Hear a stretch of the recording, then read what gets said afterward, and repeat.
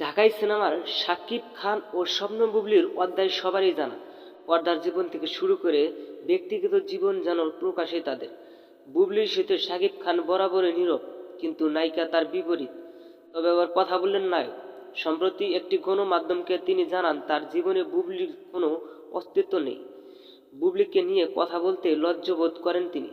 এমন কথা শুনে ছেড়ে দেননি বুবলি। নাম উল্লেখ না করে আজ সকালে ফেসবুকে পোস্ট করেন গণমাধ্যমে জানান, আলোচনা থাকার জন্য নায়ক ও তার গ্যাং বরাবরই ব্যবহার করেছেন তার নাম। গত মাসে গান বাংলা টেলিভিশন ব্যবস্থাপনা পরিচালক কৌশিক হোসেন তাপসের সঙ্গে স্বপ্ন বুবলির প্রেমের খবর চাওয়ার হয়। ফেসবুক পোস্টের মাধ্যমে এমন খবর জানান তাপসের স্ত্রী ও গান বাংলার চেয়ারম্যান ফারজানা মুন্নি।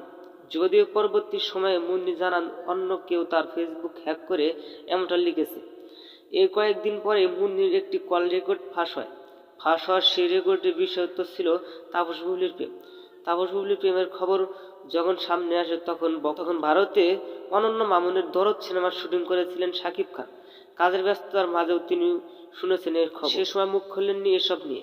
দেশে ফিরে গত রোববার একটি টেলিভিশন চ্যানেলের সঙ্গে মুঠোফোনে এ বিষয় নিয়ে কথা বলেন তিনি। বলেন, কথাগুলো বলতে চাই না, বললেও আমার নিজের কাছে নিজেকে খুব লজ্জিত মনে করব, অপমানিত মনে করব। বন্ধুরা, ভিডিওটি ভালো লাগলে একটা লাইক দিন এবং নিত্য নতুন আপডেট নিউজ পেতে আমাদের সাথে থাকুন। অসংখ্য ধন্যবাদ পুরো ভিডিওটি উপভোগ করার জন্য।